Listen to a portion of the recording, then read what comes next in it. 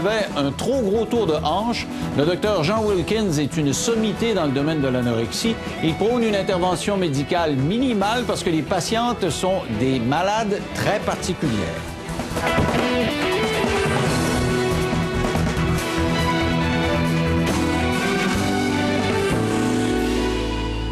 On vous a parlé déjà de ce dossier-là et déjà quand on en parlait une première fois, on se disait ça n'a pas de bon sens. C'est dans quelques jours que les 22 000 dossiers épluchés par les médecins, par le Conseil des médecins, le Collège des médecins, seront rendus publics. Ce sont des mammographies qui ont été faites par un médecin qui, semble-t-il, avait pas le tour.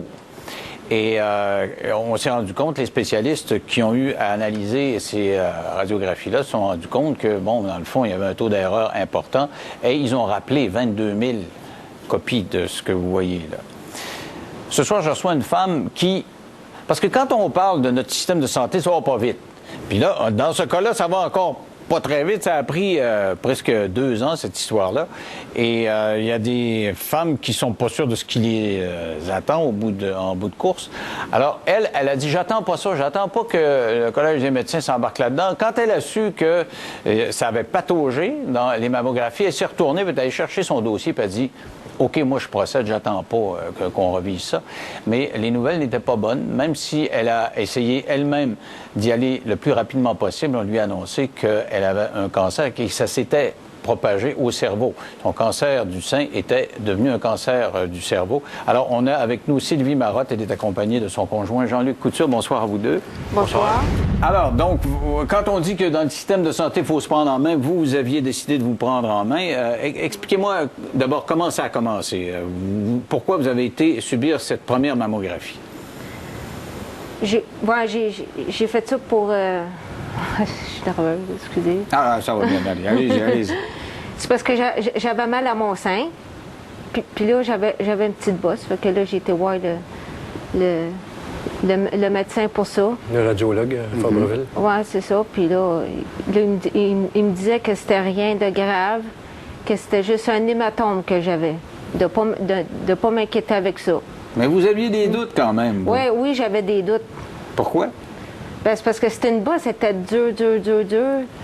Puis je trouvais qu'à long, au bout d'un mois, ça s'aggravait, puis là, je me dis, c'était pas un hématome, là, parce qu'il me disait de prendre des Tylenol, puis que ça se passerait, là. Ça s'en irait, ça disparaîtrait par lui-même, là. Alors, qu'est-ce que vous avez fait, là? Quand ils vous ont dit que, dans le fond, c'était pas grand-chose, là, vous n'êtes pas contenté de ça? Bien, j'ai attendu quelques mois. J'ai attendu jusqu'au mois de décembre. Mais là, au mois de décembre, là, ça l'empirait. Puis là, je devenais le sein en gale. Ça s'était traité... Ça faisait bien mal. Fait que là, je suis retournée. J'ai dit non, c'est pas juste un hématome. Ça serait déjà parti, là. Là, ça s'aggravait, là. Là-bas, ça venait plus grosse. Puis je venais en gale, là. Ça faisait des bobos, là. Alors, vous aussi, vous posiez des questions à ce moment-là? Oui, c'est ça. Le médecin, le radiologue, il disait que c'est à cause que c'était cogné avec une boîte au travail. Fait qu'il il disait que c'était plus à cause de ça qu'un cancer. Le fameux radiologue de 75 ans là, qui est sur la sellette, là, qui a produit ces 22 000 radiographies qui ont été réétudiées par le Collège des médecins, il vous disait que c'était à cause d'une boîte. Vous étiez cogné. Oui. Oui, parce qu'elle a pris une boîte au travail, puis elle a glissé, puis elle a glissé sur son sein. Le coin de la boîte a glissé sur son sein, puis il disait que c'était un hématome à cause de la boîte. Mais vous n'êtes pas contenté de ça. Vous êtes retourné, puis qu'est-ce que vous avez dit? Vous avez dit, donnez-moi mon dossier. Qu'est-ce que vous avez fait? Bien, je suis allée voir mon médecin de famille, puis là, mon médecin de famille il a vu que c'était pas normal. Fait qu'il dit, va voir un chirurgien. Je vais te donner rendez-vous avec un chirurgien parce qu'il dit, c'est pas normal. Il dit, d'après moi, il dit, c'est plus grave que ça. Et vous êtes allé voir un chirurgien qui vous a opéré? Oui, celui qui m'a opéré, oui. Puis il m'a dit, il dit, c'est un cancer, ça. Il dit, c'est pas un hématome. Fait que là, il me demandait s'il y avait des cancers dans ma famille, là, ou dans la famille alors, mes parents. Vous avez tombé sur le derrière, là, littéralement, parce que c'était pas ça qui vous avait dit depuis le début, là. Ben non, c'est ça, là. Non, ben en plus, quand on a su la nouvelle, on a comme resté sourd là, quand l'infirmière nous l'a dit. On n'entendait plus ce qu'elle disait. Là. Elle nous a dit qu'elle a un cancer, puis c'est un cancer du sein. Il va falloir qu'elle se fasse opérer à l'ablation du sein, puis là, on l'a pris bien dur. C'était assez dur à absorber. Donc, vous êtes sous le choc et ils vous opèrent là, au complet? Ils vous ont enlevé le sein? Oui, ils m'ont enlevé le sein au complet. Et là, vous vous dites, bon, ben, ouf, au moins, on a réussi en agissant assez rapidement Mais à un moment donné, vous apprenez que vous avez le cancer du cerveau. Alors, à quel moment? Qu'est-ce qui se passe là? Ben là, avant ça, j'ai fait de la chimiothérapie, de la radiothérapie. Après ça, j'ai été quasiment un an là, que je suis restée à la maison. Puis là, j'ai recommencé à travailler. Puis là, c'est en recommençant à travailler que là, j'ai eu d'autres effets secondaires. J'avais toujours mal à la tête. Puis je me demandais, puis là, quand je travaillais, puis je travaille debout, tout le temps debout, je perdais quasiment connaissance. Fait que je trouvais pas ça normal. Pourquoi que j'avais toujours mal à la tête? Je prenais toujours des Advil ou des Tylenol, puis ça soulageait sur le coup, puis le mal revenait tout le temps. Là, puis là, je perdais connaissance à l'ouvrage. Je suis obligée de tout retourner chez nous. Donc, vous êtes allé revoir votre médecin de famille qui vous a dit on repasse d'autres tests et... Non, c'est parce que à l'ouvrage, ils m'ont dit va-t'en chez vous, repose-toi, puis quand tu vas être en forme, tu reviendras. Puis j'ai été chez nous deux jours, puis je dormais tout le temps. Je m'en rendais même pas compte. Moi, je me réveillais, je me rendormais, je me rendormais. Mais à un moment donné, je me suis levée un samedi, puis j'ai perdu connaissance en me levant pour aller aux toilettes le matin, là. Puis j'ai perdu connaissance. Là, je suis tombée à terre. Fait que là, mon conjoint dit, non, on s'en va à l'hôpital. Donc, vous l'avez amené à l'urgence, c'est ça? Oui, parce que moi, j'avais été chez mon oncle la veille. Puis j'ai dit, quand je vais revenir, si elle ne s'est pas levée ou elle n'a pas bougé de place, c'est pas normal, là. C'est pas la fatigue du travail. Fait que le lendemain matin, le samedi matin, je suis allé à l'hôpital Saint-Eustache. Puis c'est là qu'ils ont découvert qu'elle avait un cancer au cerveau. Une bonne masse. Et là, ils vous ont opéré encore une fois? Oui. Et ça s'est fait plus rapidement, j'espère? Ça a pris combien de temps entre le moment où ils l'ont trouvé puis où ils vous ont opéré? Ça n'a pas été long parce qu'elle a été transférée à Sacré-Cœur. OK. Puis dans les heures qu'on suivit, elle a eu tous les résultats puis ils l'ont opérée dans la journée même. Est-ce que quelqu'un a fait le lien entre le cancer du sein et le cerveau? Est-ce que c'est le cancer du sein qui a progressé puis s'est rendu au cerveau? Est-ce que quelqu'un vous a dit ça? Oui, c'est des métastases qui sont propagées, même si elle a fait de la chimio.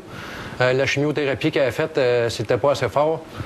Puis c'est à cause de ça que ça s'est propagé. Si elle avait eu d'autres examens ou il aurait essayé d'autres choses en partant, je ne sais pas pourquoi ça s'est propagé, même avec la chimiothérapie. Il disait que c'était pour enrayer le cancer. Donc, le radiologiste qui n'a pas vu le premier cancer du sein est à l'origine du cancer du cerveau, parce qu'en principe, s'il voit le cancer du sein, on l'enlève et en tout cas, les risques de propagation sont pas mal moins importants. C'est en plein ça, M. Lévesque. Mais est-ce qu'il y a quelqu'un qui vous a dit ça de même? Il n'y a pas un médecin qui dit ça comme ça? Non. Non? Non, mais il y a des... Je crois que c'est ton médecin de famille qui nous a expliqué ça. Il disait que... Parce que nous autres, on pensait que c'était un nouveau cancer. Il nous a expliqué que ce cancer-là, c'est à cause des métastases qui sont propagées. Ils sont propagés dans les os aussi, dans le dos, au cerveau. Et là, comment ça va, là, votre cancer? Vous avez été opéré, puis est-ce que vous avez eu encore de la chimio puis de la radio après? Ou... Ben, j'ai juste eu de la radio. Là, j'ai juste des médicaments à prendre, puis j'ai un traitement qui me font faire, là, OK. une fois par mois. Et est-ce qu'ils vous ont refait des tests? Est-ce que c'est disparu? Vous ne savez pas encore? Non, je ne sais pas encore. Parce que là, vous me parliez des os. Là. Il y a le cerveau et les os aussi. C'est ça. Ouais. Bien, son prochain rendez-vous avec Dr. Roy, elle va passer un examen total là, pour savoir si ça a évolué ou la masse, les métastases dans les os ont diminué ou ça s'est encore plus propagé. Comment vous prenez ça? Là? C'est toute une montagne, ça? Ouais, je prends ça dur. Vous essayez de prendre ça une journée à la fois? Ou... Oui. Ça a chambardé notre vie. Oui, c'est ça. Avoir le cancer, c'est une chose. Avoir le cancer, puis on se doute que quelqu'un aurait pu empêcher ça, c'est autre chose. Est-ce que vous avez de la colère, du ressentiment dans vous? J'ai beaucoup de colère. Oui? Oui. Contre qui? Le Le médecin qui me dit que c'était pas un Docteur cancer. Bergeron. Oui, Ouais. docteur Bergeron. Ça n'aurait pas été évité facilement. Là, s'il aurait dit je vois pas beaucoup la masse, vous feriez une autre biopsie, allez à Saint-Eustache ou on va en faire une ici. Il a juste dit c'est à cause de la boîte ou c'est un hématome. Prenez des Tylenol, ça va se passer. Et comment vous voyez ça que le Collège des médecins décide d'enquêter, là, puis relise les 22 000 mammographies et on va donner un rapport? Est-ce que vous trouvez que ça a pris du temps, ça? Parce qu'il me semble que ça a pris pas mal de temps, là, quand je regarde ça. Oui, ça a pris pas mal de temps. Ça a pris du temps, puis nous, on s'est pas fait rappeler. C'est pour ça que moi, le 30 décembre 2011, j'ai envoyé une lettre au Collège des médecins en disant qu'on ne s'était pas fait appeler pour les vérifications des cancers. Puis on se demandait pourquoi. Qu'est-ce qu'on vous a répondu? On ne m'a pas encore répondu. Alors, vous êtes dans le lot des 22 000. En plus de ça, vous êtes dans le lot des 22 000 où il s'avère qu'effectivement, le gars était d'un patate. Et on n'a pas communiqué avec vous, ne serait-ce que pour vérifier ou pour savoir comment ça fonctionne. Non. Alors, ça donne une idée de l'enquête.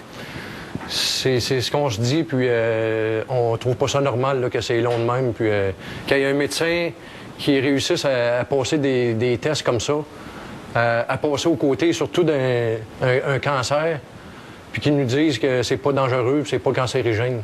Allez-vous de le pas poursuivre? s'inquiéter. Voulez-vous le poursuivre? Il y a des grosses chances que oui. Ouais. Comment vous voyez la suite des choses maintenant? Là? J'ai aucune idée. Comme vous dites, au jour le jour. Oui, au jour le jour. Avez-vous des enfants? Non. Non? Moi, toi. Ouais. Et comment ça va dans la famille comme ça? Là? Ben là, il en reste juste une avec moi, la plus vieille, là, elle a 20 ans. Puis elle a trouvé ça dur. En tout cas, je vais vous souhaiter bonne chance. Je vous comprends d'être furieuse. Parce que, tu sais, quand tu dis que quelqu'un aurait pu m'aider, puis ça n'a pas été le cas, continuez de vous battre. J'espère que vous allez gagner ce combat-là. À vous aussi, je vous souhaite bonne chance. Merci. Restez là au retour. Il y en a des gens qui mènent des combats contre les cancers, mais des cancers qui sont provoqués par la fumée, par le tabac. Et il y a des milliers de fumeurs qui poursuivent des compagnies de tabac pour des cancers et d'autres pour leur dépendance pure et simple à la cigarette. L'enjeu, 27 milliards de dollars. Je reçois